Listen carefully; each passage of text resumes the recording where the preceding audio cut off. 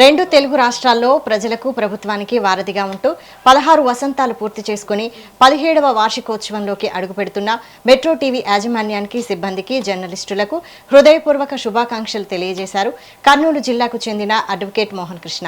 వార్తలను నిక్కచ్చిగా రాస్తూ వాస్తవాలను వెలుగులోకి తెస్తున్నటువంటి మెట్రో టీవీ దినదినాభివృద్ధి చెందాలని ఆయన కోరుకున్నారు.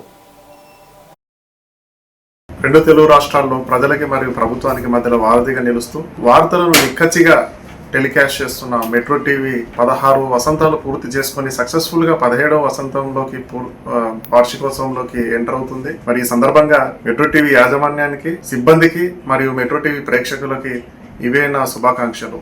ఇట్లు మీ మోహన్ కృష్ణ, అడ్వకేట్, కర్నూలు.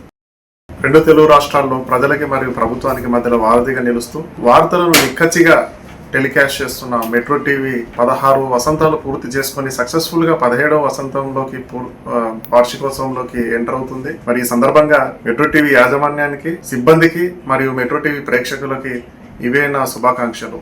ఇట్లు మీ మోహన్ కృష్ణ, అడ్వకేట్, కర్నూలు.